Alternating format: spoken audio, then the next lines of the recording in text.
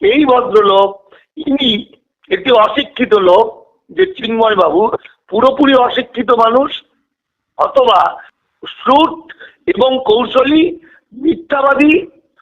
মিথ্যাবাদী যদি না হতো তাহলে ওই রকম ঠাকুর বলেছে দেবতা বলেছে বলে আমার বাঙালি অসহায় বিপদগ্রস্ত বাঙালিগুলোকে আজকে তাকে ভুল পথে চালিত করতো না। তাহলে যেখানে সহনশীলতার শিক্ষা দেয়, আমরা কোনো প্রাণী হত্যা করি না, মাছ মাংস খাই না, ডিম রসুন পেঁয়াজ খাই না, কোনো ড্রাগ করে না, যারা ড্রাগ করে তাদের মাথাকে যে কেউ বিকৃত করতে পারে, তাহলে আমাদেরকে যদি আপনি জঙ্গি তকমাতে কি বলবো?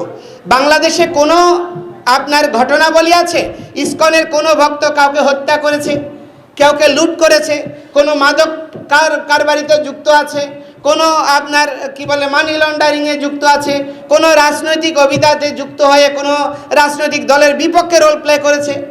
আমাদের ঢাকার যে প্রোগ্রাম হয় সেখানে আপনার বিএনপিও যোগ দেয়, জামায়াত ইসলামীও আপনার হেফাজত বলছি, আর জাতীয় পার্টিও যোগ দেয়, আপনার যেগুলো গণতান্ত্রিক বড় দল, প্রতিটা দলে আমাদের রথযাত্রার 9 দিনের প্রোগ্রামে এক এক দিন এক এক দল যোগ দেয়।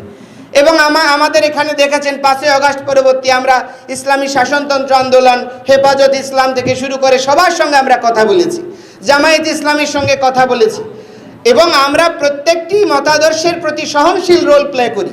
আমাদের কাজ করা নয় কাউকে ধর্মান্তর করা, আমাদের কাজ হচ্ছে সনাতনীদের উজ্জীবিত করা, তাদের বিভ্রান্তি রোধ করা এবং ঐক্য স্থাপন করা। এই কাজটা হচ্ছে দেখে প্রতিক্রিয়াশীল গোষ্ঠী ভাবছে এতদিন তো এদেরকে নিয়ে খেলা গিয়েছে, এখন আর খেলা যাবে না, ধর্মান্তর করা যাবে না হিন্দুদেরকে, এই জন্যই মূলত আমাদেরকে টার্গেট করছে। দেশভাগের সময় কত হিন্দু বাংলাদেশে ছিলেন বা পূর্ব পাকিস্তানে ছিলেন? 71 সালে বাংলাদেশে, তখন নবগঠিত বাংলাদেশে হিন্দুদের সংখ্যা কত শতাংশ ছিল, আজকে কোথায় এসে দাঁড়িয়েছে, সেটাই আসল বিচার্য বিষয়। ইসকনের মন্দির আক্রান্ত হয়েছে, রাম ঠাকুরের আশ্রম নোয়াখালীর চৌমোহিনীতে, যা 1971 সালেও কোনো রাজাকার আক্রমণ করেনি, এবারে সেখানে আক্রমণ হলো। ইসকনের 2 সন্ন্যাসী মারা গিয়েছে, আজকে আবার আরেকজনের মৃতদেহ সামনের জলাশয় থেকে ভেসে উঠতে দেখা গেছে। রামকৃষ্ণ মিশন আক্রান্ত হয়েছে। এই ঘটনা শুধুমাত্র কয়েকটি জেলার মধ্যে সীমাবদ্ধ নয়, আমাদের ঠিক বালুরঘাট, দক্ষিণ দিনাজপুরের তার লাগোয়া হিলির ওপারে জয়পুরহাট, সেখান থেকে আক্রমণের শুরু। আমাদের বসিরহাটের ওপারে সাতক্ষীরা, সেখানে আক্রমণের নিশানা। বনগাঁর ওদিকটা খুলনা, যশোর, কোন জায়গার হিন্দুরা আজকে আক্রমণের হাত থেকে বাঁচতে পারেননি। আপনারা ভাবেন কি স্পর্ধা! তারা মজলুম সম্পাদক, আমাদের ফ্যাসিবাদ বিরোধী সংগ্রামের সিপাহসালার মাহমুদুর রহমানের অত্যন্ত ভ্যালিড কোশ্চেনকে তাকে ক্ষমা চাইতে বলে প্রকাশ্যে, এবং রিপোর্টার্স ইউনিটিতে তারা সংবাদ সম্মেলন করে, যেহেতু তারা আইনের পথে হাঁটলো, আমরা আইনের প্রতি শ্রদ্ধাশীল থেকে জানাতে চাই, অতি সত্বর সরকার যদি ইসকনের বিরুদ্ধে আইনি ব্যবস্থা গ্রহণ না করে, মানে হচ্ছে তারা কোন মন্ত্রণালয়ে কোন আইনে নিবন্ধিত সেটা প্রকাশ করতে হবে। যেই মন্ত্রণালয়ের যেই আইনে নিবন্ধিত সেইটার আইন তাদের সাম্প্রতিক কার্যক্রমকে পারমিট করে কিনা সেইটাকে রিভিউ করতে হবে। যদি তাদের এই কার্যক্রমকে পারমিট না করে, তাহলে তাদের বিরুদ্ধে এই যে 2016 সংসদীয় যে আইন, সেই মোতাবেক কেন তাদেরকে রাষ্ট্রবিরোধী তৎপরতার অভিযোগে শাস্তি দেওয়া হবে না, এই অবস্থান সরকারকে ব্যাখ্যা করতে হবে। इस्कॉन वाले 2 होते हैं, ये भी भारत का बहुत विचित्र स्वरूप है, ध्यान देकर सुनिए। जो प्रभुपाद थे, जिन्होंने इन अंग्रेजों को पाला, दीक्षा दी, और अंग्रेजों में किन पर उनकी दाल गली, जो वहाँ अवैध संतान थे अंग्रेज, समझ गए? अंग्रेजों के द्वारा तिरस्कृत अग्राह्य अवैध संतान को बनाया गया वैष्णव। अंतरंग रहस्य यही है। तो वृंदावन में रहते थे, मैं भी वृंदावन में रहता हूँ, मुझसे कुछ छिपा हुआ नहीं है। और मैं इधर उधर झांकता भी नहीं। मेरे तो अभी भी 6:30 बजे से 10:30 बजे तक मैं कंप्यूटर पर ग्रंथ लिखता रहता हूँ। लेकिन पता है, अब वो उनकी परंपरा में जो अंग्रेज शिष्य हैं वो अपने को हिंदू नहीं कहते। उन्होंने जो हिंदुओं को शिष्य बनाया वो हिंदू अपने को इस्कॉन वाले कहते। बौद्धिक धरातल पर देश का विभाजन हुआ या नहीं? माने जो आंसू पोंछने आता है वो भी आंसू दे जाता है। कितनी बड़ी कूटनीति है, समझ गए या नहीं? उन्होंने कहा कि मैं तुम्हें दीक्षा दूंगा लेकिन हिंदुओं को दीक्षा तुम दोगे। अपनी बिरादरी में ही अंग्रेजों के द्वारा ही जो उपेक्षित थे उनके आंसू ही नहीं पोंछा। जो दायित्व भारत में क्षत्रिय वैश्य शूद्रों को भी प्राप्त नहीं था वो दायित्व उन अंग्रेजों को दिया कि भारतीय हिंदुओं को तुम शिष्य बनाओगे। फिर दंड भी पकड़ा दिया गया, कासाय वस्त्र भी पकड़ा दिया गया, गायत्री मंत्र भी पकड़ा दिया गया। और कल संतरणोपनिषद में जो हरे राम राम राम हरे हरे, हरे कृष्ण कृष्ण कृष्ण हरे हरे, इस नाम को अनुपूर्वी बदल दिए चैतन्य महाप्रभु ने। हरे कृष्ण पहले कहा ताकि श्रुति है इसमें सबका अधिकार हो जाए। इस महामंत्र का अनुपूर्वी घटित नहीं। वो लोग संकीर्तन भी करने लगे। अब यज्ञों पवित्र जो हर हिंदू को भी सुलभ नहीं था वो भी धारण करने लग गए, समझ गए। और अंदर का आहार विहार अगर आप लोग जान लेंगे तो आंख उठा के नहीं देखेंगे, हमको सब मालूम। हिंदुओं के धर्मगुरु शंकराचार्य स्वरूपानंद सरस्वती ने अब इस्कॉन मंदिरों पर गंभीर आरोप लगाए हैं। द्वारिका और ज्योतिष पीठ के शंकराचार्य ने कहा है कि कृष्ण भक्ति की आड़ में धर्म परिवर्तन कराया जा रहा है। साथ ही शंकराचार्य ने इस्कॉन मंदिरों को पैसा कमाने का अड्डा कहा। शंकराचार्य ने केंद्र सरकार से सभी इस्कॉन मंदिरों की जांच की भी मांग कर डाली है। एक प्रकार से हो ही रहा है, क्योंकि जब उनके शिष्य आप बन जाएंगे तो धर्मांतरण तो आपका हो ही जाएगा। वो दीक्षा भी दे रहे हैं। हमारे मंदिरों में जहाँ पर बहुत से मंदिर हैं उन्हीं के बीच में एक मंदिर बना लिया और यहाँ पर चढ़ावा इकट्ठा करके वो फिर वहीं ले जा रहे हैं। কিছু অর্থ জানেন না বলে এই কথাটা বলে থাকেন। ওনার মুখের যে লব্জ হয়েছে মনে হয়েছে ওনার অনেকেরই আছে, যেটা ওনারাই ভাবছেন যে এটা আমি বলছি বলেই এটা সিদ্ধ হয়ে যাবে। সনাতন শব্দটা মহাভারতের মধ্যেও অনেক জায়গায় আছে। এসো ধর্ম সনাতন। তাহলে এই যে সনাতন মানে একেবারে পুরাতন যে জিনিসটা সেটা হচ্ছে সনাতন ধর্ম। এবং সেই সনাতন ধর্ম তাহলে বৈদিক বলতে হয়। একমাত্র বেদ সেটাই একমাত্র সনাতন ধর্ম হয়ে দাঁড়ায়। কারণ মহাভারতে যখন বলে যে এসো ধর্ম সনাতন, তাহলে বেদের যে মহাভারতের আগের যে যুগ, মহাভারতে এক কথাটা একবার নেই, অন্তত আমি বলতে পারি অন্তত পক্ষে 100 বার তো আছে এই শব্দটা। এবং তো মনুরব্রবীত, এই মনুরব্রবীত কিন্তু স্বয়ং এই মনুসংহিতাও নয়। এই মনু একেবারে আদি মনু, যার কথা মহাভারতে রেফার্ড হচ্ছে, তাই না?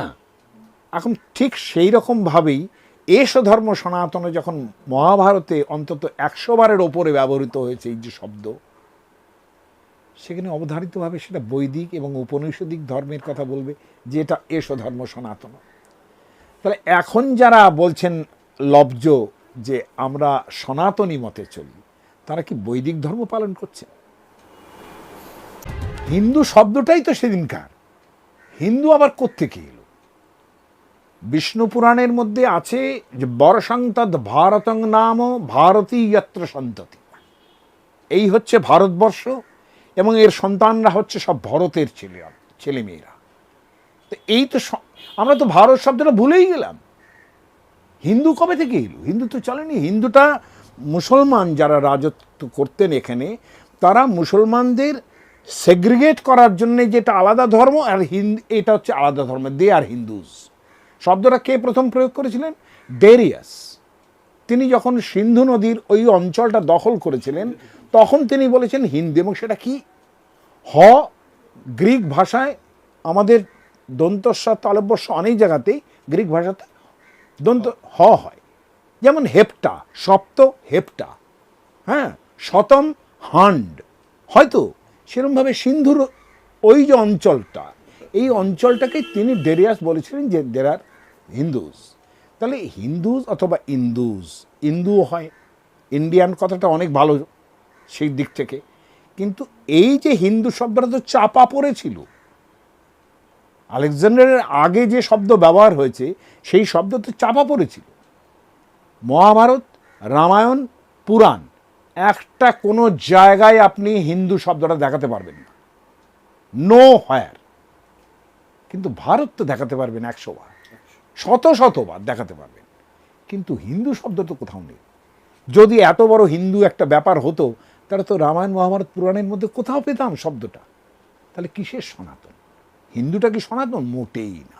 নমস্কার, দিগদর্শনের অসংখ্য গ্রাহক দর্শক বন্ধুদের শুভেচ্ছা জানিয়ে শুরু করছি গুরুত্বপূর্ণ একটি পর্ব। বাংলাদেশে আসলে কি ঘটছে?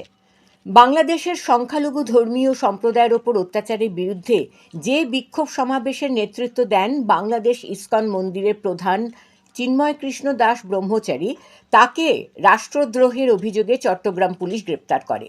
ঢাকার উচ্চ আদালতে ইসকনকে নিষিদ্ধ করার দাবি জানিয়ে মামলা দায়ের হয়। যদিও বৃহস্পতিবার উচ্চ আদালত সেই দাবি খারিজ করে জানায় সিদ্ধান্ত নেবে অন্তর্বর্তী সরকার। কে এই চিন্ময় কৃষ্ণ দাস? পারিবারিক পরিচয় এক শাক্ত ধর্মের মানুষ। তাদের আরাধ্যা দেবী ছিলেন ছিন্নমস্তা দেবী। নিয়মিত প্রতিষ্ঠিত সেই দেবীর চরণে প্রাণী বলি দেওয়া হতো। হঠাৎ একদিন তাঁর স্বপ্নে যোগাযোগ ঘটে জগদম্বা দেবীর। তিনি বলেন সর্বশ্রেষ্ঠ ঈশ্বর কৃষ্ণের পুজো করতে।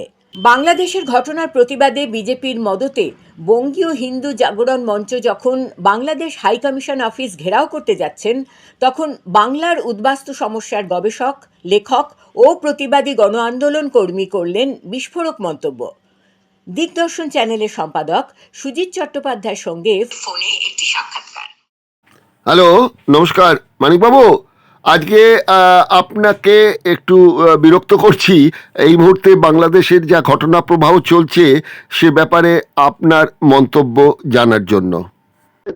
বিষয়টা হচ্ছে বাংলাদেশের অভ্যন্তরীণ বিষয়, এবং বাংলাদেশ সেখানে তাদের এই চিন্ময় দাস প্রভুর এমন কিছু অ্যাক্টিভিটি দেখেছে যে কারণে তাকে গ্রেপ্তার করেছে, এবং তিনি যদি প্রমাণিত হন, প্রমাণ করতে পারেন যে ওই কারণগুলো তার পক্ষে প্রযোজ্য নয়, তিনি মুক্তি পাবেন।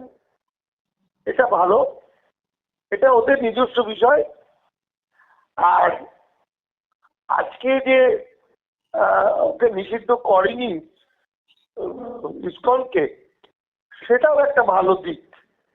অর্থাৎ প্রথম কথা হচ্ছে আমরা বিচার করব, আমরা বাঙালির অ্যাঙ্গেলে বিচার করব, এবং আমি বিশেষ করে আমার যেটা অ্যাঙ্গেল সেটা হচ্ছে আমার বাঙালি বা ওখান থেকে যে মানুষগুলো আসা এখানে অবৈধ পথে ভারতে ঢুকেছেন, সেই মানুষগুলোর অ্যাঙ্গেল থেকে আমি বিষয়টা বিচার করব। এখন বাংলাদেশের এই গণ অভ্যুত্থানের পর থেকে যে ঘটনাগুলো ছড়িয়েছে সারা বিশ্বে, বাংলাদেশে 9 জন মানুষ মারা গেছে এই ঘটনার প্রেক্ষিতে, গণ অভ্যুত্থানের প্রেক্ষিতে। কিন্তু সারা পৃথিবীতে ছড়িয়েছে যে ওখানে জেনোসাইড হচ্ছে বাংলাদেশে, যেটা ঘটনার প্রচারের সঙ্গে বাস্তবতার মিলনি। আমার যারা বই পড়েন বা আমার সঙ্গে যোগাযোগ বাংলাদেশে যাদের আছে, তাদের মধ্যে বেশিরভাগ জনের কাছে যা আমি খবর পেয়েছি এবং ভিডিওতে যে ফ্যাক্ট ফাইন্ডিং গুলো যেগুলো দেখেছি, তাতে বোঝা গেছে বাংলাদেশ সম্পর্কে একটা ভুল বার্তা ছড়িয়ে পড়ছে পৃথিবীর বিভিন্ন প্রান্তে। এখানেই মনে হয়েছে যে এর পিছনে একটা গভীর কোনো ব্যাপার আছে, যেটা আন্তর্জাতিক একটা চক্রান্ত বলুন, ষড়যন্ত্র বলুন, যেটাকে পালন করছে হতে পারে ইসকন। কারণ ইসকন বেসিক্যালি একটা এনজিও, একটা এনজিও তার তার কতদূর করার আছে বা কি কি করতে পারে সেটা আমাদের কাছে জানা আছে। এখানে আমরা বাংলাদেশে যেটা দেখলাম বা শুনলাম বা জানলাম যে 8 দফা যে দাবিটা তুলেছে এই ইসকনের প্রভু, প্রথম মনে রাখতে হবে উনি কিন্তু সেই প্রভু নন, উনি তথাকথিত নিম্নবর্ণের মানুষ যাদেরকে হিন্দুত্ববাদীরা মানুষ বলেই ধরেন না, যেমন বিবেকানন্দকেই ধরতেন না। আপনারা জানেন বিবেকানন্দকে কত রকম ভাবে অপমান করেছিল, তো তাকে এখন প্রভু মহারাজ ইত্যাদি আখ্যায় আখ্যিত করা হচ্ছে, সেটা ঠিক আছে, কিন্তু প্রচারটা এমন জায়গায় করা হয়েছে বাংলাদেশের বিরুদ্ধে, এবং বাংলাদেশে বসবাসকারী আমার বাঙালি সম্প্রদায় যাদের সংখ্যা নিতান্তই কম, এখন ভুল বুঝিয়ে তাদেরকে ক্ষতি করা হয়েছে বিভিন্ন পলিটিক্যাল দল, ভারতের এবং বাংলাদেশ বা পূর্ব পাকিস্তানের পলিটিক্যাল নেতাদের কারণে বাংলাদেশের হিন্দু বাঙালিরা আজ ভয়াবহ বিপদের মধ্যে পড়েছে। তারা যেন দাবার গুটি হয়ে পড়েছে। এই দাবার গুটি এরা কি করবে নিজেরাই বুঝতে পারছে না। বাস্তব এটা, আমি ভারতবর্ষে আছি, ভারতবর্ষের নাগরিক মানুষ, তারা এখনো বাংলাদেশের নাগরিক, অর্থাৎ বাংলাদেশের সুখ দুঃখ ভালো মন্দ তাদের সঙ্গে তারা জড়িয়ে আছে। বাংলাদেশ থেকে এই প্রভু চিন্ময় বাবুর নেতৃত্বে 8 দফা দাবি যেটা তোলা হয়েছিল, সেই দাবি সত্যি সত্যি কি সেখানকার বাঙালি হিন্দু সম্প্রদায়ের দাবি, এটা একটা প্রশ্ন, নাকি এটার পিছনেও শেখ হাসিনা বা শেখ হাসিনার পার্টির আওয়ামী লীগের একটা পরিকল্পনা আছে, সেটা ভবিষ্যৎ বলবে এবং সেটা পর্যালোচনার বিষয়। তবে এটা আমি জানি, এতদিন আমি জানতাম বাংলাদেশের যে হিন্দু সংগঠনগুলো আছে সেই সংগঠনের প্রধান গোবিন্দ প্রামাণিক। এখন আমি সনাতন বলে যেটা জানছি, সেই সনাতন ইসকনের এই চিন্ময় বাবুর নামটা জানছি, কিন্তু আমরা এতদিন গোবিন্দবাবুকেই জানতাম। গোবিন্দবাবু যে স্টেটমেন্টটা দিচ্ছেন সেই স্টেটমেন্টটা হচ্ছে এই 8 দফা দাবি আমাদের হিন্দুদের নয়, এই 8 দফা দাবি কৌশল করে আওয়ামী লীগের দাবিকে পূরণ করছে চিন্ময় বাবা। এখানে আপনাকে একটুখানি থামাচ্ছি, অপরাধ নেবেন না। তা হচ্ছে ইসকনের পুণ্ডরিক ধামের যিনি অধ্যক্ষ চিন্ময় কৃষ্ণ দাস ব্রহ্মচারী, তার ওই 8 দফা দাবির মধ্যে মূল যে দুটি দাবি, সেটা হচ্ছে হিন্দু পরিবার আইনকে সংবিধানে সংখ্যালঘুদের অধিকার ও জীবন জীবিকার নিরাপত্তা দেওয়ার ব্যবস্থা করতে হবে, সংবিধানের পরিবর্তন তারা মানবেন না। এটা তো খুব একটা স্বাভাবিক দাবি। এটা অত্যন্ত একটি গুরুত্বপূর্ণ দাবি। এই দাবিটা ওখানকার সংখ্যালঘু মানুষদের রক্ষা করার দাবি, এই দাবিতে কোনো আপত্তি নেই, কিন্তু যেটা আপত্তির কথা তুলছেন গোবিন্দ প্রামাণিক, মানে হিন্দুদের যে প্রধান বিভিন্ন সংগঠনে, সেটা একটা কৌশলের বিরুদ্ধে তিনি বলছেন। কৌশলটা এই, বাংলাদেশের জাতীয় পতাকার ওপরে গৈরিক পতাকা তুলে দেবে, যেটা আমাদের RSS এর পতাকা। এবার এইটা তুলে দেওয়ার ফলে একটা বিতর্ক তৈরি হবে, বিতর্কর মধ্যে দিয়ে কেস কাটারি হবে, এটা একটা সারা বিশ্বে ছড়িয়ে পড়বে। এটা একটা খুব বৃহৎ কনস্পিরেসি, যেটা ইসকনের এই চিন্ময় বাবু নাকি নেতৃত্বে বা আবেগতাড়িত হয়ে বা প্ল্যানফুলি কেউ একটা করেছে। আজকে ভারতের সংবিধান বা ভারতের জাতীয় পতাকার উপর যদি কোনো পলিটিক্যাল দলের পতাকা তুলে দেওয়া হয়, যা ঘটনা ঘটবে বাংলাদেশের যে কোনো রাষ্ট্রের একই ঘটনা ঘটবে, এটা স্বাভাবিক। তো গোবিন্দবাবু বলছেন যে এটা ইসকনের একটি পরিকল্পনা হিন্দুত্ববাদীদেরকে বা হিন্দুদেরকে হাতের মুঠোয় নেওয়ার জন্য। 1, 2 নম্বর হচ্ছে, সত্যি কি ইসকন হিন্দুদের প্রতিনিধিত্ব করে? আমার তো মনে হয় কোনো দিন করে না।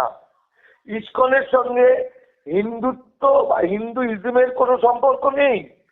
বরং এখানে আবার আপনাকে একটু থামাচ্ছি মানিকদা, সেটা হচ্ছে এই চিন্ময় কৃষ্ণ দাস ব্রহ্মচারী তার নিজের পরিচয় দিতে 1 বছর আগে ফেসবুকেই উনি বলেছিলেন যে ওনার পরিবার এবং ওরা হচ্ছেন শাক্ত ধর্মের ছিন্নমস্তার পূজারী ছিলেন তারা, হ্যাঁ, অর্থাৎ মাছ মাংস বলি প্রথা ইত্যাদির মধ্যে ছিলেন। পরবর্তীকালে স্বয়ং দুর্গা উনি বলেছেন জগদম্বা, তাকে স্বপ্নে দেখা দিয়ে বলেন আমার থেকেও বড় দেবতা হচ্ছে কৃষ্ণ, তুমি তার আরাধনা করো এবং গুরু খুঁজে নেওয়ার জন্য তোমাকে আমি আবার স্বপ্নাদেশ দেব।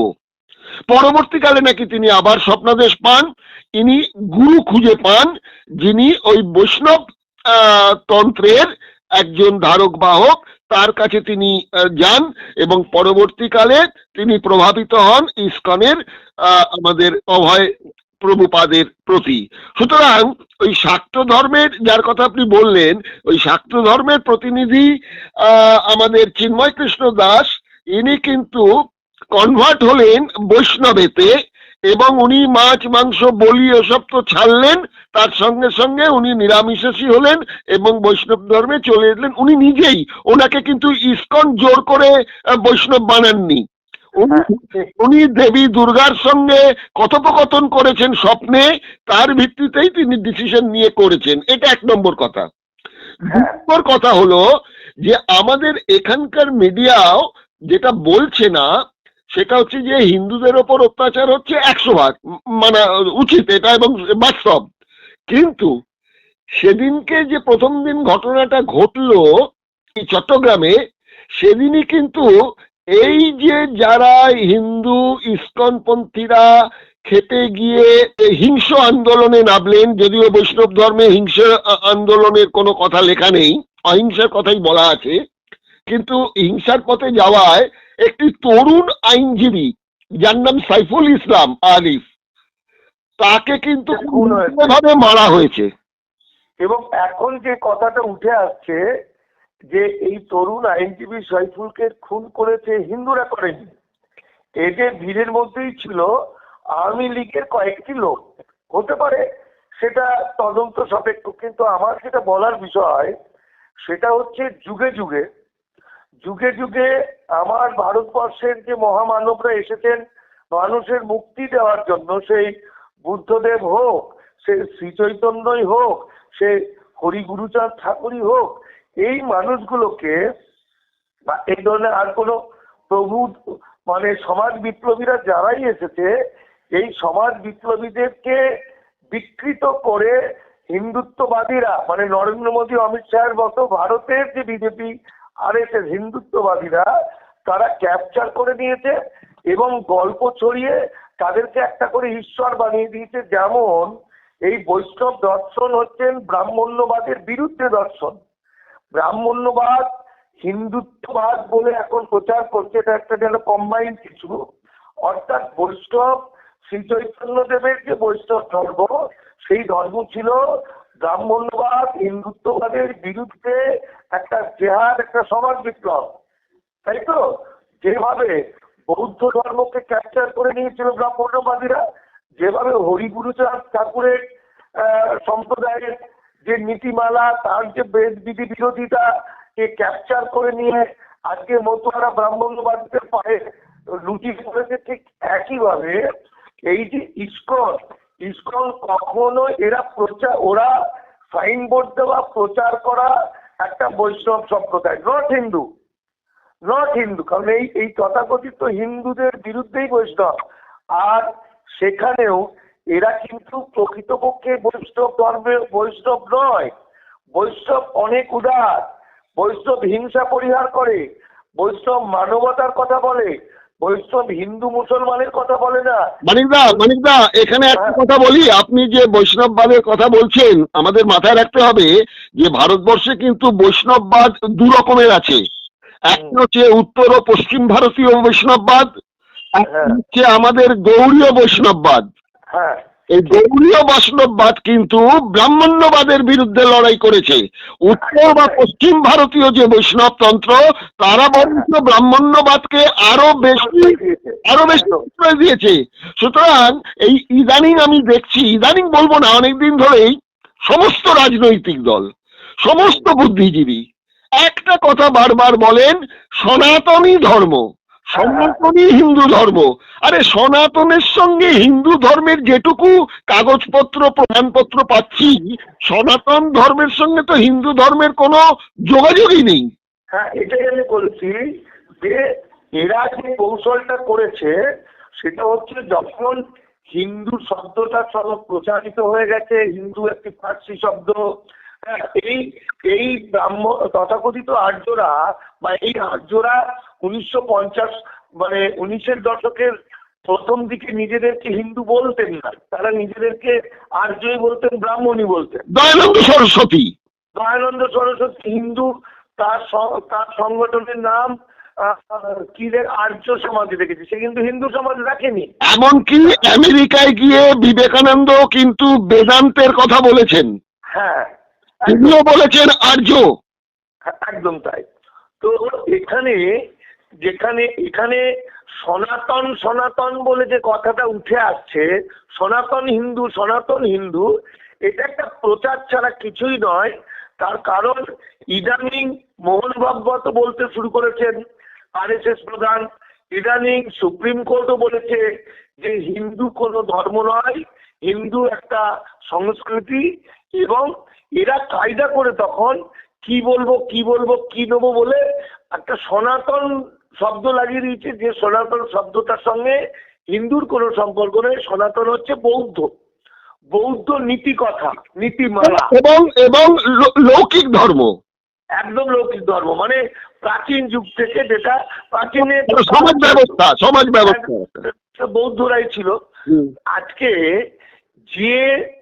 আজকের পৃথিবীতে দাঁড়িয়ে কোথায়, আমি বাংলাদেশ বলছি, অত্যন্ত উন্নত একটি জায়গায়, অত্যন্ত উন্নত। কেন আমি বলবো, যে যদি সোশ্যাল মিডিয়াতে আমরা বিভিন্ন বিষয়ে বাংলাদেশের মেয়েদের যে অ্যাক্টিভিটি গুলো দেখি, বাংলাদেশের মহিলা ডাক্তারদের যে অ্যাক্টিভিটি গুলো দেখি, তাতে মনে হচ্ছে বাংলাদেশ অত্যন্ত ডেভেলপ একটা জায়গা, বিশেষ করে শিক্ষা দীক্ষার জায়গা থেকে আমার মনে হয়েছে, ভুল হতে পারে। সেইখানে কোনো একজন দাস, যিনি ইসকনের নাম মানিয়ে একটা স্বপ্ন দেখেছে, সেই স্বপ্নে দুর্গা এসেছে, কালী এসেছে, অমুক এসেছে, একটি ঢপবাজ। আমার কাছে ইনি ঢপবাজ, এবং ইনাকে বাঙালি জাতিকে ধ্বংস করার জন্য তাকে ব্যবহার করা হচ্ছে, আর বাংলাদেশকে একটা অস্থির তৈরি করে দেওয়ার জন্য তাকে নিয়োগ করা হয়েছে, কোনো একটা শক্তি তাকে নিয়োগ করেছে, উনি সেইখানে ওই কর্মকাণ্ডটা করে চলেছেন। বাস্তবে এই ইসকন, সে কিন্তু সুযোগ পায় না পুরীর মন্দিরে ঢোকার, অথচ পুরীর হিন্দুত্ববাদীরা, ব্রাহ্মণ্যবাদীরা, আর্যরা মনে করে পুরীটা তাদের মন্দির। ইসকনের কিন্তু সেখানে কোনো স্পেসেস নেই। এবং ইসকন কিন্তু বিবেকানন্দ তো বলে গেছেন যে হিন্দু পুরীর মন্দির, বৌদ্ধ মন্দির, এটা হিন্দুরা কেড়ে নিয়েছে, এরকম আরো করা উচিত, এটা তার বাণী রচনা বইতে আছে। কিছুদিন পরে আপনি দেখবেন যে এই বিজেপি সরকার কৌশল করে বিবেকানন্দ সম্পর্কে নোংরা কথা বলা শুরু করে দেবে। বিবেকানন্দ স্পষ্ট করে বলে দিয়েছে যে বৌদ্ধ গুম্ফা, বৌদ্ধ শিক্ষা প্রতিষ্ঠানগুলো, সেগুলো এরা দখল করে নিয়েছে ব্রাহ্মণ্যবাদীরা। ঠিক আজ যেভাবে ইসলাম ধর্মাবলম্বীদের সমস্ত সম্পত্তি, হাজার হাজার বছর ধরে যে, শত শত বছর ধরে যে সম্পত্তি আছে, যেগুলো মৌখিক মুখে হয়ে আসছে, সেইগুলো যেমন এই ওয়াকফ বিল করে দখল করে নিতে চলেছে, ঠিক সেইভাবেই বৌদ্ধদের গুলো দখল করে নিয়েছে। আর এরা, এই ভদ্রলোক, ইনি একটি অশিক্ষিত লোক, যে চিন্ময় বাবু পুরোপুরি অশিক্ষিত মানুষ, অথবা শ্রুত এবং কৌশলী, মিথ্যাবাদী যদি না হতো, তাহলে ওই রকম ঠাকুর বলেছে, দেবতা বলেছে বলে আমার বাঙালি অসহায় বিপদগ্রস্ত বাঙালিগুলোকে আজকে তাকে ভুল পথে চালিত করতো না। বাঙালিরা কি করছে, আজকে আমরা বুঝবো আমি বাঙালি, আমার কাছে হিন্দু মুসলমান নেই। আমরা যুগ যুগ ধরে একসঙ্গে ভারতবর্ষ এবং বাংলাদেশের যে মুসলমানরা আছেন। না মানিকদা আপনি যেটা বলছেন আমাদের কাছে হিন্দু মুসলমান নেই, কিন্তু এটাও তো ঠিক কথা যে ওখানকার মুসলিম বাঙালিদের একাংশ, আমি সবার কথা বলছি না, মুসলিম বাঙালিদের একাংশ তারা কিন্তু এই হিন্দুদের ওপর, এবং এই হিন্দুও বলবো বর্ণ হিন্দু যারা রয়েছেন এবং নিচের তলা থেকে উঠে আসা পরবর্তী সময় হিন্দুতে কনভার্ট হয়ে যাওয়া হিন্দু, এদের কিন্তু ওপর অনেক অত্যাচার আগেও করেছে এবং এখনো করছে।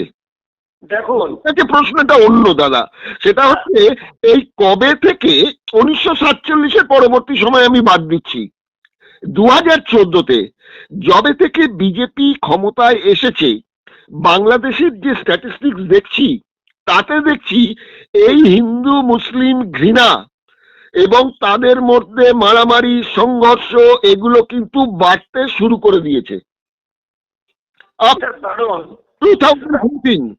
এবং সেটাই হচ্ছে একটা প্রতিবেশী রাষ্ট্রে এখানে যদি মুসলিমদের ভেতর যদি এখানে মুসলিমরা যদি খারাপ অবস্থায় থাকে, মুসলিমদের প্রতি যদি এখানে বিদ্বেষমূলক ভাষণ হয়, তার তো একটা এফেক্ট প্রতিবেশী দেশে পড়তে বাধ্য।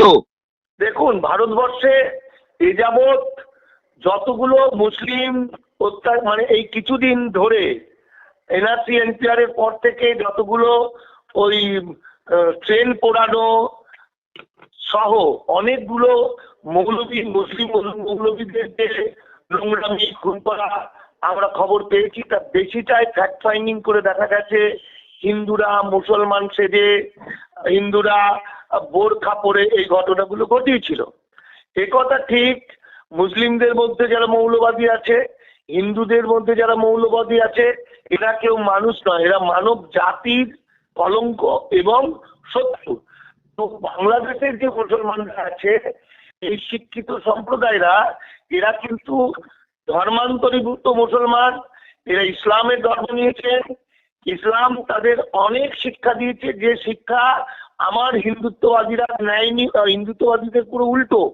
ফলে বাংলাদেশের মুসলমান অত্যাচার বলে স্বাধীনতার পর থেকে হিন্দুদের উপর চরম অত্যাচার বারবার হয়েছে, তারা এখানে পালিয়ে আসতে বাধ্য হয়েছে। আপনি একটা জিনিস আমাকে বলুন যে বাংলাদেশের মুসলমানরা খুব খারাপ, তারা প্রচুর অত্যাচার করেছে, ধরে নেওয়া গেল চর্চের খাতিরে। তাহলে আমার বাবাকে যদি আমার মাকে টেনে নিয়ে চলে গেল বা আমার বাবাকে মেরে ফেললো, কিন্তু আমার বংশটা তো থেকে গেল নাকি? সেটা একটা অপরাধ। কিন্তু আমরা ভারতবর্ষের রাজনৈতিক নেতারা, ভারতবর্ষের রাষ্ট্রপ্রধানরা 1950 সালের পর থেকে আজকে পর্যন্ত যে হিন্দুরা এসেছে তাদেরকে কখনো নাগরিকত্ব দেওয়ার কথা কল্পনা করেনি, ভাবেনি। তাহলে এটা কি তাহলে বলা যায় যে যাদের বলা হচ্ছে ঘুষপেটিয়া এবং উইপোকা, এখন সেই উইপোকাদের জন্যই কি বিজেপির দরদ উতলে পড়ছে?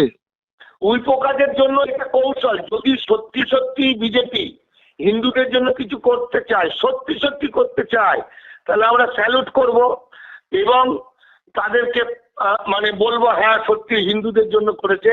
তাহলে প্রথম একটা করুক। এই সিচুয়েশনের মধ্যে বাংলাদেশের বাঙালি হিন্দুরা ভয়ে আতঙ্কিত হয়ে আছে। কিছুদিনের জন্যও যদি তারা আতঙ্ক কাটানোর জন্য এপারে চলে আসে, দিয়ে আবার ফিরে যায়, তাহলে ভারত আইনিভাবে যাতে আসতে পারে তার ব্যবস্থাটা করুক। ভারত একটা গর্তের মধ্যে সাপ আছে, সেই সাপের আমি ধোঁয়া দিলাম, সাপটা বেরিয়ে এসে কোথাও না কোথাও তো ঢুকবে।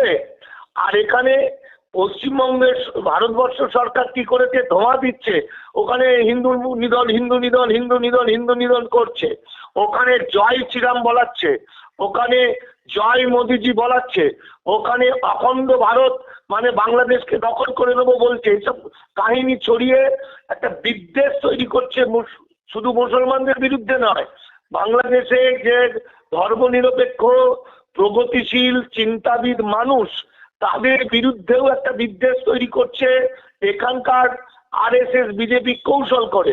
আচ্ছা না, দুটো কথা আপনার কাছ থেকে জানতে চাইছি। এক নম্বর কথা হচ্ছে যে বলা হচ্ছে যে প্রচন্ড অত্যাচার বাংলাদেশে হয়েছে হিন্দুদের প্রতি, বিজেপি এখানকার নেতা বিশেষ করে শুভেন্দু অধিকারী বলছেন।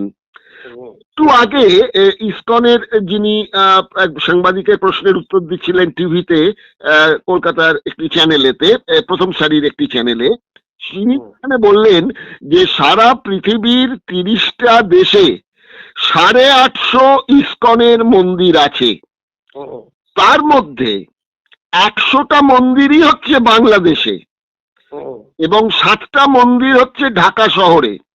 এবার যদি আমি অঙ্ক কষে হিসেব করে দেখি যে 30টা দেশে যদি 800 মন্দির থেকে থাকে, তার একটি মাত্র ছোট্ট দেশ বাংলাদেশ, সেখানে তাদের 100 মন্দির তাহলে তৈরি হলো কি করে যদি মুসলিমরা এত অত্যাচারী এসছে? একদম একদম, মুসলিমরা যদি এত অত্যাচারী হয়ে থাকে তাহলে ওইখানে আমি সনাতন সনাতন জয় শ্রীরাম এসব বলছে কি করে? 8% হিন্দু নাকি 8.5% হিন্দু? 8.5% হিন্দু 92% মুসলমানদের ভোট খাইয়ে দিচ্ছে কি করে? এখানে আরেকটা মজার কথা আছে দাদা, এখানে একটা মজার কথা আছে, আপনি একটু কি হিসেব করে দেখবেন, আপনি এসব ব্যাপার নিয়ে গবেষণা করেন। আমি দেখছিলাম সেটা হচ্ছে বাংলাদেশে মোট 64টা জেলা আছে, এর মধ্যে 61টা জেলাতেই দ্বিতীয় ধর্ম হিন্দু, পার্সেন্টেজ কম কিন্তু ধর্ম হচ্ছে হিন্দু। 1901 সালের হিসেব বলছে ওখানে 33% হিন্দু ছিল, 2022-এ সেটা কমে হয়েছে 7.95, 2023-এ ওটা হয়েছে 8 পয়েন্ট সামথিং। এখন প্রশ্ন যেটা দাঁড়াচ্ছে যে ক্রমশ নাকি ওখানে হিন্দু কমে যাচ্ছে, এরকম একটা কথা বলা হচ্ছে। কিন্তু অঙ্ক বলছে যে এই যে 8% যখন আমরা দেখাচ্ছি 33% থেকে, সেখানে একটা অনেক অংশ কিন্তু স্বাধীনতার পর 47, 71 এবং পরবর্তী সময় এখানে চলে এসছেন। তারপরেও এখনকার স্ট্যাটিস্টিক্স অনুযায়ী ওখানে 1,31,30,109 জন হিন্দু আছেন। এই পার্সেন্টেজটা কিন্তু বেড়েছে আগের থেকে, অনেকটাই বেড়েছে, কমেনি।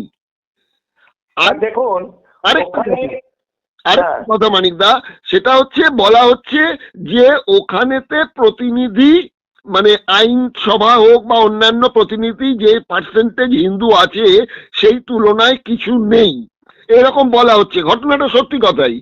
এই জবে থেকে আপনার এই আওয়ামী লীগও থেকেছে কি তার আগেও থেকেছে, 2001 সালে বলা হচ্ছে যে এই প্রতিনিধি, ভোটে নির্বাচিত প্রতিনিধি 300-র মধ্যে মাত্র 35 জন ছিল হিন্দু।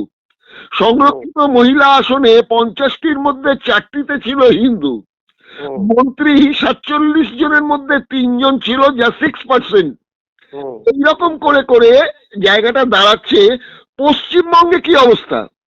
পশ্চিমবঙ্গে 27% রয়েছে মুসলিম, কিন্তু আমরা যদি দেখি এখানে রাজনীতিতে হোক বা ইত্যাদি বিভিন্ন ক্ষেত্রে, বিচারপতির ক্ষেত্রে হোক বা সরকারি কর্মচারী ক্ষেত্রে হোক, সেখানে বাঙালি মুসলিম বা ভারতবর্ষ যদি দেখি তাহলে বিজেপি শাসিত 15টি রাজ্য এবং কেন্দ্রীয় সরকারে কোনো মুসলিম মন্ত্রী নেই। সেটা আপনি আচুরি ধর্ম পরের শিখাও। আমার বাড়িতে আমি এটা মানছি না, কিন্তু আশা করছি যে মুসলিম, আপাতত মুসলিম প্রধান দেশে, সেখানে এটা কেন মানা হবে? দেখুন, অনেক কটা প্রশ্ন হইলে তো অনেক কটা কথা বলতে হয়, আমি হয়তো ভুলেই যাবো, কিন্তু একটা কথা ঠিক, পৃথিবীর মধ্যে যদি সম্প্রীতির জায়গা থাকে হিন্দু মুসলমান, সেটা বাংলাদেশ। আর এটার কারণই হচ্ছে এরা সবাই বাঙালি, এবং আর একটা কারণ হচ্ছে এই মুসলমানদের পূর্বপুরুষরা একই রক্তের পূর্বপুরুষরা কিন্তু তথাকথিত হিন্দু ছিল, নিম্নবর্ণের হিন্দু, তাই তো? এদের মধ্যে একটা আত্মিক সম্পর্ক আছে, অত্যন্ত কাছের সম্পর্ক। সেই সম্পর্কটা আজকে নষ্ট করে দেওয়ার চেষ্টা করছে বিভিন্ন বৈদেশিক শক্তি, ইসকনের মতো কিছু এনজিও, যাদের উদ্দেশ্যটা অন্য। এখন পশ্চিমবঙ্গে হুড়ুড় করে এই মুহূর্তে পশ্চিমবঙ্গের নদিয়া, উত্তর দিনাজপুর, মালদা, জলপাইগুড়ি এবং উত্তর 24 পরগনা প্রচুর পরিমাণে মানুষ চলে আসছেন বাংলাদেশের জলের দরে জমি জায়গা বিক্রি করে দিয়ে এখানে এসে 100 টাকায় 68 টাকা পাচ্ছে। তারপরে টাকা খরচ করে তারা ভোটার কার্ড, আধার কার্ড, প্যান কার্ড করে নিচ্ছে। কিন্তু ঘটনাটা হচ্ছে কেন আসছে তার কারণ হচ্ছে, যেটা আপনার আর একটা প্রশ্ন ছিল, 2014 বিজেপি আসার পর থেকেই মিথ্যা করে আমার বাঙালি জাতিকে ধ্বংস করার জন্য, বাঙালি হিন্দুকে ধ্বংস করার জন্য এরা প্রচার করে যে হিন্দুরা মঙ্গল গ্রহ থেকে যদি কোনো হিন্দু আসে তাহলেও তাকে আমরা আশ্রয় দেবো, হিন্দুরা যাবে কোথায়। এই টোটালটা তাদের মিথ্যা কথা। অথচ কোনো আইন তৈরি করেনি যে আইনের মধ্যে দিয়ে ওরা নাগরিক হিসেবে বাঁচতে পারবে। পশ্চিমবঙ্গের যে উদ্বাস্তু ভাইরা আছেন, পশ্চিমবঙ্গে যে উদ্বাস্তু নেতা, মন্ত্রী, এমএলএরা আছেন, সেই এমএলএদের 1 কোটি গুণ ভালো অবস্থায় আছেন বাংলাদেশের তথাকথিত অত্যাচারিত কোন হিন্দু। কেন বললাম? বাংলাদেশে তো অত্যাচারিত হচ্ছে, নিজের জায়গায় অত্যাচার করছে, তুইও লড়াই কর নিজের মাটিকে রক্ষা করতে। কিন্তু তুই নাগরিক, তুই বাংলাদেশের প্রতি, তো বাংলাদেশের মাটির তোর অধিকার আছে, কারণ বাংলাদেশ গণতান্ত্রিক দেশ, সেখানে তুই সকলের মধ্যে আছিস। আর ভারতবর্ষে এই যে এমএলএ, এমপি থেকে আরম্ভ করে নেতা মন্ত্রীরা যারা বাংলাদেশ থেকে এসেছিল, 71-এর পরে আসা সবাই, 48 সালের পরে যাদের সিটিজেনশিপ সার্টিফিকেট নেই, এরা সকলেই আইনের চোখে অবৈধ অনুপ্রবেশকারী। এদের বাড়ি ঘর জমি জায়গা কিছুই থাকবে না। আমি এই বিষয়ে কনসালটেন্সি করি, কলকাতা হাইকোর্টের পাশে আমার চেম্বার, রেগুলার কেস চলছে। আর অমৃতা সিনহার একটা করে ভার্ডিক আসছে, তুলছি আমরা, বা অন্যজনের ভার্ডিক তুলছি, তাতে দেখা যাচ্ছে এই লোকগুলোর বাড়ি ঘর জমি জায়গা কিছুই থাকবে না। এই মুহূর্তে আপনি যে আমাকে ফোনে কথা বলেছেন, একজনকে বাঁচানোর চেষ্টা করেও পাচ্ছি না। ঠিক আছে, এই যে ইমিগ্রেশন ডিপার্টমেন্ট, সরকারের মিনিস্ট্রি অফ হোমের, তারা নানা রকম ভাবে রাস্তাঘাটে, বাস স্ট্যান্ডে, চায়ের দোকানে ঘুরে ঘুরে ঘুরে ঘুরে তারা ধরার চেষ্টা করছে। পশ্চিমবঙ্গে এনপিআর কমপ্লিট হয়ে গেছে। এমনকি যে লেবার সার্ভেটা হতো অসংগঠিত শ্রমিকদের মধ্যে সেন্ট্রাল গভর্নমেন্ট করতেন, সেই লেবার সার্ভে লেখা থাকছে লেবার সার্ভে কার কাছে? IAS দের বাড়িতে, মানে বড় বড় অ্যাপার্টমেন্টে। তার মানে আমার এক বন্ধু জয়েন্ট সেক্রেটারি, তিনি আমাকে পাঠালেন, তার বাড়িতে লেবার সার্ভে করতে গেছে ভারত সরকারের। কারণ যারা ল্যাপটপ নিয়ে বা ট্যাব নিয়ে লেবার সার্ভে করতে যাচ্ছে, তাদের কাছে কিন্তু উঠে যাচ্ছে এই লোকটা ইলিগাল কি লিগাল, কারণ এনপিআর হয়ে গেছে। তাহলে বন্ডেড লেবার তৈরি করতে গেলে কারখানাতে, এই আদানি আম্বানির মতো কর্পোরেট পুঁজির যে কারখানা, সেই কারখানাগুলো তো শুধু অশিক্ষিত সহজ বোকা বা অশিক্ষিত শ্রমিকদেরই লাগবে, তার তো ম্যানেজমেন্টের লোক লাগবে, জেনারেল ম্যানেজার লাগবে। সেই জন্য শুধুমাত্র বিপদগ্রস্ত বাংলা, শুধু গরিব নয়, বড় চাকরিজীবী বাংলাদেশের বিপদে আছে। আমি এখানে একটা কথা বলবো, যদি নরেন্দ্র মোদী এবং বিজেপি বিন্দু মাত্র বাঙালি হিন্দুদের প্রতি ভালোবাসা থাকে, বিন্দু মাত্র, তাহলে ওরা ভয়ে আতঙ্কিত যারা চলে যাচ্ছে, তাদের যেন ভিসাটা দেওয়া হয়, তাদের জন্য যেন বর্ডার স্লিপ দেওয়া হয়। বর্ডার স্লিপ দিলে সে আইনত ঢুকলো, আবার প্রবলেম হলো, চলে গেল। কিন্তু এখন যারা যারা ঢুকেছে, যত হাজার হাজার পরিবার ঢুকেছে, এই পরিবার যদি 1 মাস, 1.5 মাস, 1 বছরের মধ্যে গ্রেপ্তার হয়, তাহলে সে ফিরতে পারবে নিজের দেশে ফিরে যাবে, পুশব্যাক করবে। কিন্তু বেশি দিন হয়ে গেলে তাদেরকে বাংলাদেশ দেবে না, বাংলাদেশ অস্বীকার করে দেবে। বুঝতে পারলেন? ফলে এই টোটালটা হচ্ছে একটা পরিকল্পনা। একদিকে ওয়াকফ বোর্ডের নতুন বিল আনার মাধ্যমে আমার ভারতবর্ষের তাজমহল, আমার ভারতবর্ষের কুতুব মিনার, আমার ভারতবর্ষের লালকেল্লা থেকে শুরু করে এই সমস্ত জায়গার দলিল কোথায় পাবে? এই সমস্ত জায়গার তোমার রেজিস্ট্রেশন করার কোনো সুযোগ নেই, কারণ মুখে মুখে মুখে হয়ে আসছে। সেগুলো বলছে 6 মাসের মধ্যে রেজিস্ট্রেশন না করলে সেগুলো গভর্নমেন্ট নিয়ে নেবে। আপনি মনে করুন তো, কলকাতা শহরের এই হাইকোর্ট চত্বর থেকে আরম্ভ করে ধর্মতলা, টিপু সুলতান মন্দির, ফোর্ট উইলিয়াম, সমস্ত হচ্ছে ওয়াকফ বোর্ডে। এই ওয়াকফ বোর্ডের এখানে কত টাকা তার ভ্যালুয়েশন হবে, তার মানে কত না হাজার কোটি টাকা তার ইয়ে লাগবে, কি বলে আমার কোর্ট ফিজ লাগবে, সেই টাকা তাদের কাছে নেই বা এরকম কাগজপত্র নেই। তাহলে মুসলমানদের কৌশল করে এই সম্পত্তিগুলো নিয়ে নেবে আরো, কারণ ওয়াকফ সম্পত্তি কিন্তু শুধু মুসলমানদের নয়, বিশ্বনবীর যে ভাবনা, সেই ভাবনাটা হচ্ছে সমস্ত মানুষের জন্য ওয়াকফ বোর্ড। ওয়াকফ বোর্ডের টাকায় যে হসপিটাল, স্কুল, মাদ্রাসা ইত্যাদি হয়, তাতে সব বেনিফিশিয়ারি, আর একটা অংশ হচ্ছে ধর্মের জন্য, মসজিদের জন্য ইত্যাদি ইত্যাদি। ফলে এই যে সমস্যাটা ভারতবর্ষে চলছে, এই সমস্যা থেকে জনগণের দৃষ্টিটা ঘুরিয়ে দেওয়ার জন্য হিন্দু মুসলমান লাগিয়ে দিয়েছে। বাংলাদেশের ইসকনের মতো, ইসকন পৃথিবীর কয়েকটা জায়গাতে ব্যান হয়ে গেছে, নিষিদ্ধ। তো নিষিদ্ধ তো হবেই, পাবলিক তো এমনিতেই মারবে তাদেরকে, ঠিক আছে?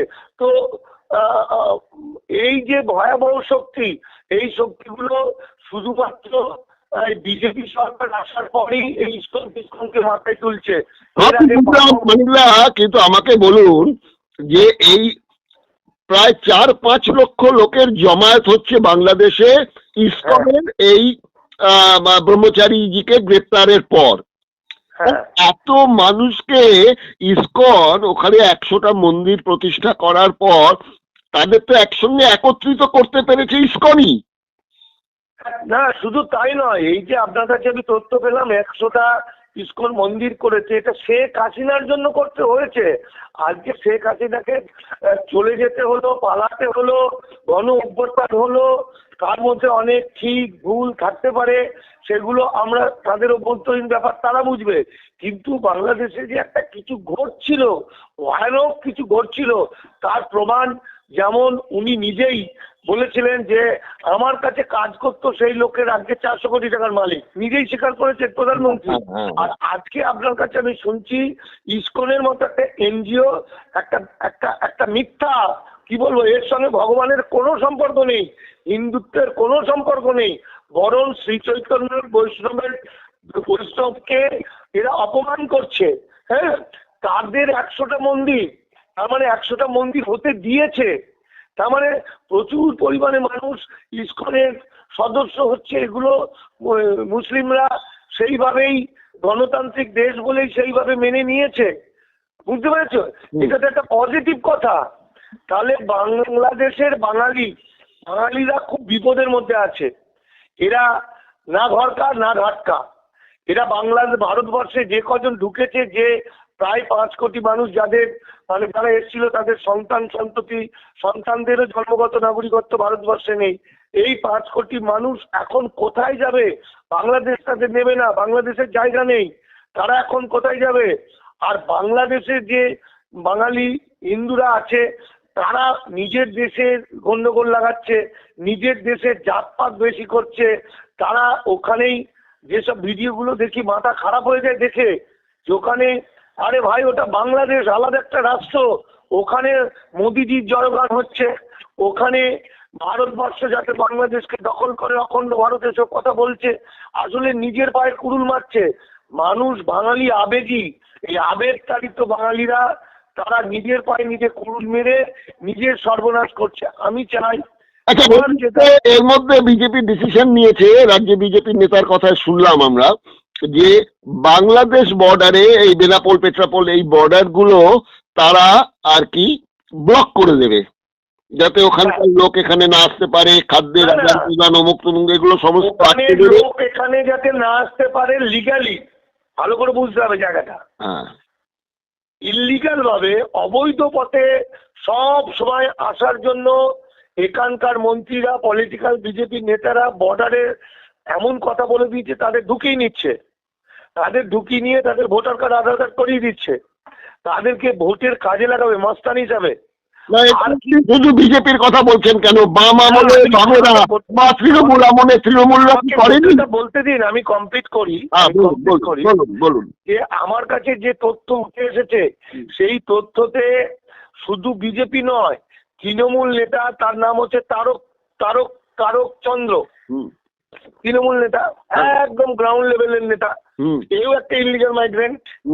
এবার এর তৃণমূল এই নেতা, তার শ্বশুর এসব করতো, সে এইগুলো করে, তাদের অনেক বড় টিম আছে এবং মস্তান বাহিনীও আছে। তার কাছে শান্তনু ঠাকুরের সই করার কি লেটারের থাকে। আচ্ছা, বাহ, ঠিক আছে। আবার কয়েকদিন আগে আমার বন্ধু কবিয়াল অসীম সরকার বিজেপি নেতাকে আমি একটা ডকুমেন্ট চাইলাম, ও বলছে আমার দাদাকে ফোন করো, দাদা দিয়ে দেবে। দাদা মানে তৃণমূলের বড় নেতা, আচ্ছা, মুকুল বৈরাগ্য, বুঝেছো? হ্যাঁ, তার মানে এদের নিজেদের মধ্যে একটা আন্ডারস্ট্যান্ডিং আছে। অর্থাৎ বিজেপি, তৃণমূল, সিপিএম, কংগ্রেস বলে কিছু নয়। এরা এই বাংলাদেশ থেকে আমার অসহায় বাঙালিদের, ভীত আতঙ্কিত বাঙালিদেরকে, হিন্দু মুসলমান গন্ডগোল কোথায় হয় না, ভাই ভাই গন্ডগোল হয় না। আজকে পলিটিক্যাল একটা গন্ডগোলকে ওরা ধর্মীয় গন্ডগোলে কৌশল করে নিয়ে যাচ্ছে, এটা তো মানুষ দেখতে পাচ্ছে, আমরা তো দেখতে পাচ্ছি। তাহলে আজকে আমাদের দেশের ধর্মনিরপেক্ষ বুদ্ধিজীবী ছাত্র সমাজ, এরা যারা আরজিকরের জন্য পথে নেমে পড়েছিল, তারা কি এইগুলো বুঝতে পারছে না? তারা কি করছে? আমাদের আরজিকরের যে ঘটনাটা ঘটেছিল, দেখুন, স্রোতের পক্ষে গুয়ো ভেসে যায়। স্রোতের বিপক্ষে দাঁড়িয়ে কথা বলতে গেলে তথ্য লাগে, ডকুমেন্ট লাগে, সততা লাগে, সাহস লাগে। আমরা প্রথম থেকে যা আরজিকর, আমরা তিলোত্তমা মায়ের বিচার চেয়েছি, রাত জেগেছি, সেগুলো পর্যন্ত ঠিক ছিল। তারপরের সময় থেকে যা বলেছিলাম আজ পুরোটা মিলে গেছে, খুব মিলে গেছে। আর দুই হচ্ছে, আমি তখনও বলেছিলাম, এখনো বলছি, এই আন্দোলনটা করছে বাংলাদেশের ৭১-এর পরে এসে পশ্চিমবঙ্গে টাকা দিয়ে চাকরি কিনে নেওয়া আইনের চোখে অবৈধ অনুপ্রবেশকারীরা, যারা একটা দল, যারা এসে টাকা কিনে সঙ্গে সঙ্গে, এই যে আমি একটা জায়গায় কল্যাণীর একটা ঘটনা জানি, ৯২ সালে কোলে পিঠে করে মা এলেন, বাবা এলেন, বাচ্চা কাচ্চা নিয়ে, সেই ৩টে বাচ্চাই একসঙ্গে ডাক্তারিতে চান্স পেয়ে গেছিল, ৩জনই ডাক্তার, বুঝে গেল। আর আমাদের যে ঘনিষ্ঠ এপারের লোকেরা AA পাস করে অনেকে এখনো বলছে বিয়ে করতে পারিনি। কেন বিয়ে করতে পারি না? চাকরি হয়নি, বোঝা গেল কথাটা।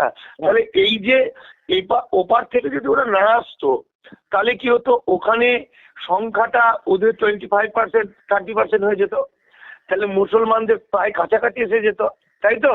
তাহলে ওরা একটা শান্তিতে থাকতো।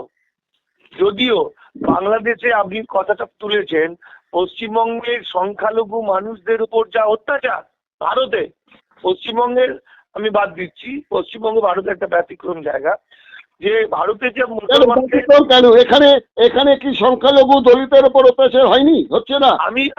আমি বলতে চাইছি অন্য স্টেটের থেকে তুলনামূলক ভাবে, আমি এইটা বলছি।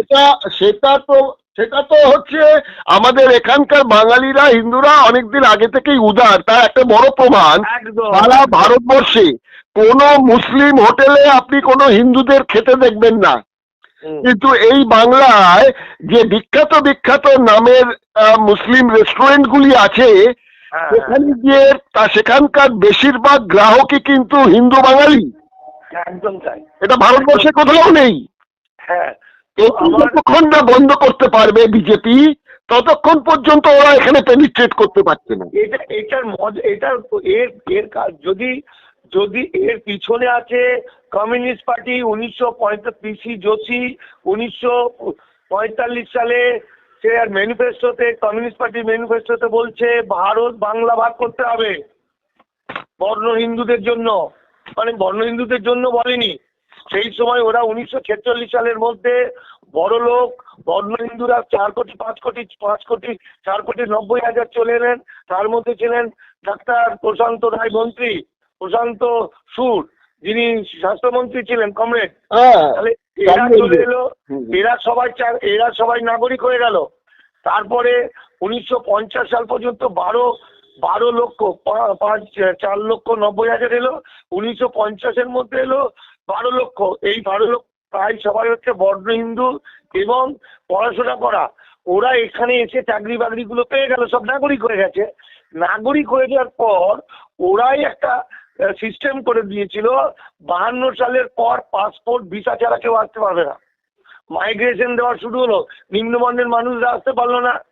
যারা চলে এলো, কারণ তখন বাংলাদেশ থেকে এই পারে চলে আসাটা ছিল বাস্তবতা, সেটা কংগ্রেস সরকার, কংগ্রেস জানতো। বর্ডার পেরিয়ে চলে এলে কংগ্রেস এটাও জানতো।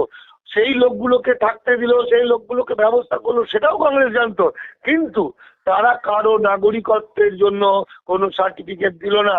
সিপিএম, তার কমিউনিস্ট পার্টি, এরা সবাই মিলে পুনর্বাসনের জন্য আন্দোলন করেছে, কিন্তু কোনোদিন নাগরিকত্বের জন্য আন্দোলন করেনি। এই যে কোটি কোটি মানুষ, এই মানুষগুলো 71-এর পর 77-এ বামফ্রন্ট আসার পরে এমন করে দিল, বর্ডারটা জলভাত করে দিয়েছিল।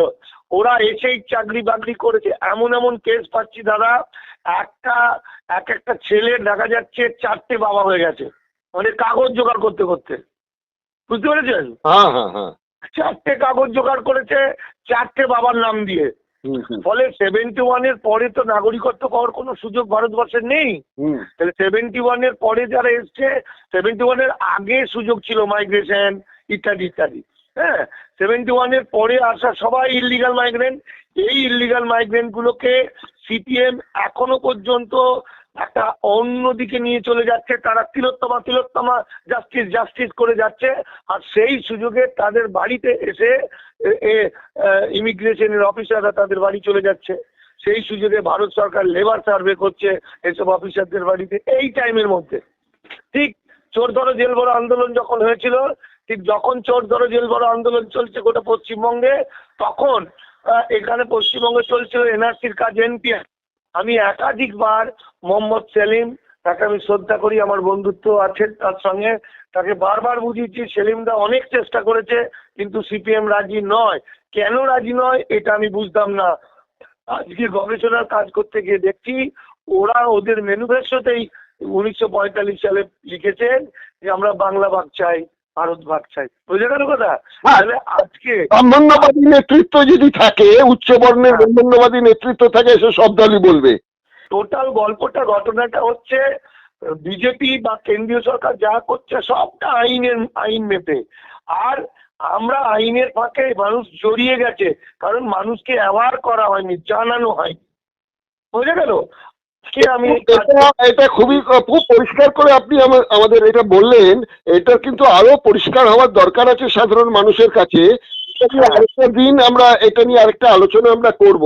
এই মুহূর্তে আমরা বাংলাদেশের পজিশনের অবস্থাটা নিয়ে যেটা অবস্থানটা দাঁড়াচ্ছে, যে আমেরিকা থেকে ট্রাম্প আর কিছুদিন বাদেই দায়িত্ব পেতে যাচ্ছেন। তিনি খুব মানে তার দাবি করেছেন যে বাংলাদেশে যেটা হচ্ছে সেটা ঠিক হচ্ছে না, হিন্দুদের এইভাবে অত্যাচার করা ঠিক হচ্ছে না। প্রধানমন্ত্রী মোদী বলেছেন, বিজেপি নেতৃত্ব বলেছে, এবং ইদানিংকালের মধ্যেও আমাদের অভিজিৎ বন্দ্যোপাধ্যায় শাসক দলের পক্ষ থেকে তিনিও বলেছেন ঘটনাগুলো যা ঘটছে দুর্ভাগ্যজনক।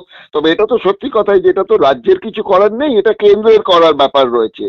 বামপন্থীরা একদম মুখে কুলু পেটে বসে আছে, এ ব্যাপারে তারা কোনো কিছু বলছেন না।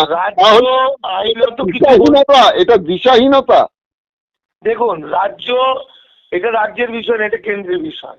রাজ্য আইনত কিছু বলতে পারে না, কিন্তু এই রাজ্যের যে মাটি, এই রাজ্য, আমরা বাংলাদেশকে ভালোবাসি, বাংলাদেশের আসা মানুষকে ভালোবাসি। আমরা কেউ চাই না যে কারো কোল খালি হোক, কেউ গ্রেপ্তার হোক, কেউ শেষ হোক, কেউ মারদাঙ্গা হোক। মুখ্যমন্ত্রী তো বলেছেন যে এখানে যদি কেউ নিরুপায় হয়ে চলে আসেন আমরা তাদের মানবিক আশ্রয় দেবো। এটা অনেকদিন আগেই মুখ্যমন্ত্রী এটা বলে রেখেছেন।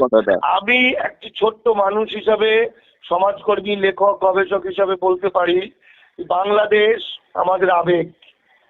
বাংলা যেমন, পশ্চিমবঙ্গ যেমন আমাদের আবেগ, বাংলাদেশ আমাদের আবেগ।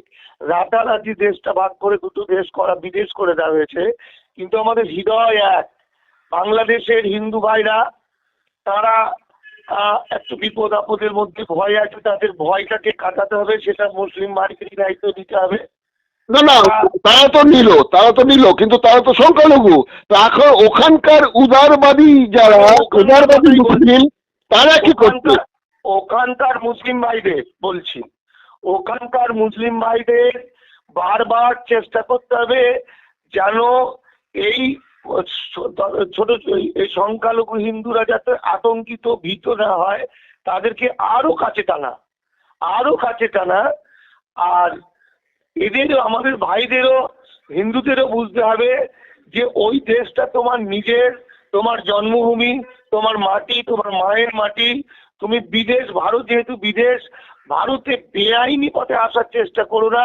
ভারত তোমাকে ভেজে খেয়ে নেবে। ভারত তোমাকে সবসময় মিথ্যা কথা বলছে। ভারত তোমার সম্পূর্ণ বিরুদ্ধে। এই যে শুভেন্দু অধিকারী থেকে এরা যা যা বলছে, সমস্ত তোমাদেরকে ধরার জন্য হচ্ছে।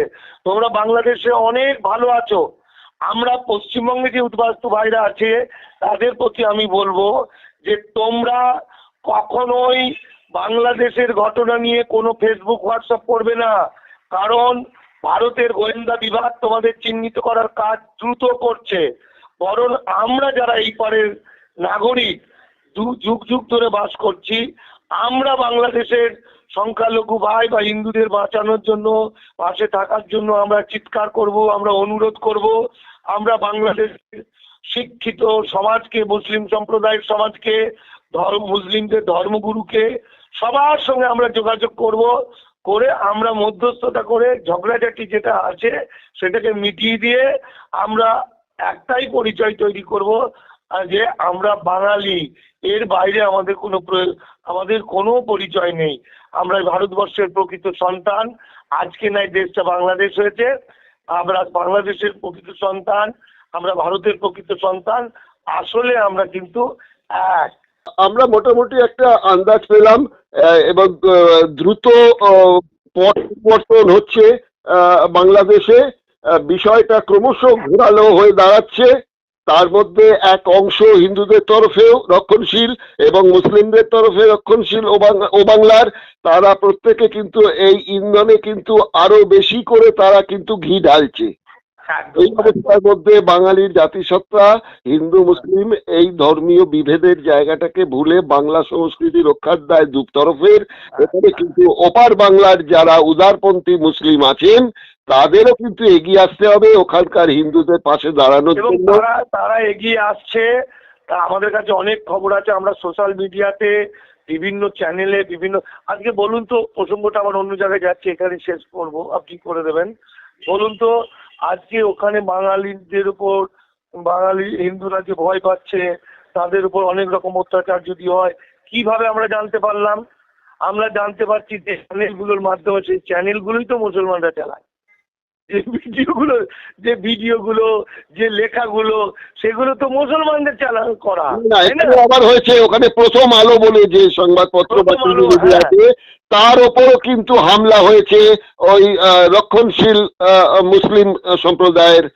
রক্ষণশীল মুসলিম, এদের তো মানুষ রক্ষণশীল মুসলিম আমি বলবো না, আমি বলবো এই যে তথাকথিত হিন্দু এবং মুসলমান মৌলবাদী যারা, তারা তো সব পৃথিবীর সমস্ত জায়গাতেই ভয়ঙ্কর। তাদেরকে সংযুক্ত করাতে হবে আপামর জনগণকে। বাংলাদেশের যারা গণ অভ্যুত্থানের মতো লক্ষ কোটি মানুষ পথে নেমে অন্যায়ের বিরুদ্ধে প্রতিবাদ করে নতুন করে দেশ তৈরি করতে পারে, এই যদি কিছু হিন্দু বা মুসলমান এই বদমাইশ কিছু মানুষ থাকে, তাদেরকে ঠিক করতে এদের বেশি সময় লাগবে। ঠিক আছে দাদা, কিন্তু আমরা এখনো বলি পূব বাংলা, বাংলাদেশও বলি, পূব বাংলাও বলি, কিন্তু ওরা কিন্তু ওখানকার মানুষ কিন্তু কি বিদ্বেষ, তাদের ঘৃণা আছে, তার কারণও থাকতে পারে, সে প্রসঙ্গে যাচ্ছি না। কিন্তু তারাও যখন পশ্চিমবাংলায় আসে বলে না যে পশ্চিমবাংলায় যাচ্ছি, তারা বলে ইন্ডিয়ায় যাচ্ছি। সেটা তো কিছু তর্ক বিতর্ক থাকবে, দূরত্ব কিন্তু ওই ধর্মীয় বিভাজনের জায়গা থেকেই কিন্তু তিলে তিলে তিলে তিলে করে বাড়তে বাড়তে আজকে ভয়াবহ জায়গা দিকে যাচ্ছে। শুধু তাই আজ শুধু বাংলাদেশে না, আজ বাংলাতেও পড়বে। বিশেষত ঝামেলায় পড়ে যাবে আমার বাঙালি সম্প্রদায়, বাঙালি হিন্দু, বাঙালি মুসলমান ভাইরা একসঙ্গে। ঠিক আছে, আজকে অনেকক্ষণ আপনার সময় নিয়েছি, খুব ভালো লাগলো, আপনার কাছ থেকে অনেক তথ্য জানতে পারলাম। আগামী দিনে কিরকম প্রেক্ষাপট বাংলাদেশে তৈরি হয়, এপার বাংলায়ও এর কি রিয়াকশন হয়, এগুলোর উপর নির্ভর করে আপনাকে কিন্তু আমরা আবার ডাকবো আমার অনুষ্ঠানে। ভালো থাকবেন, নমস্কার। নমস্কার।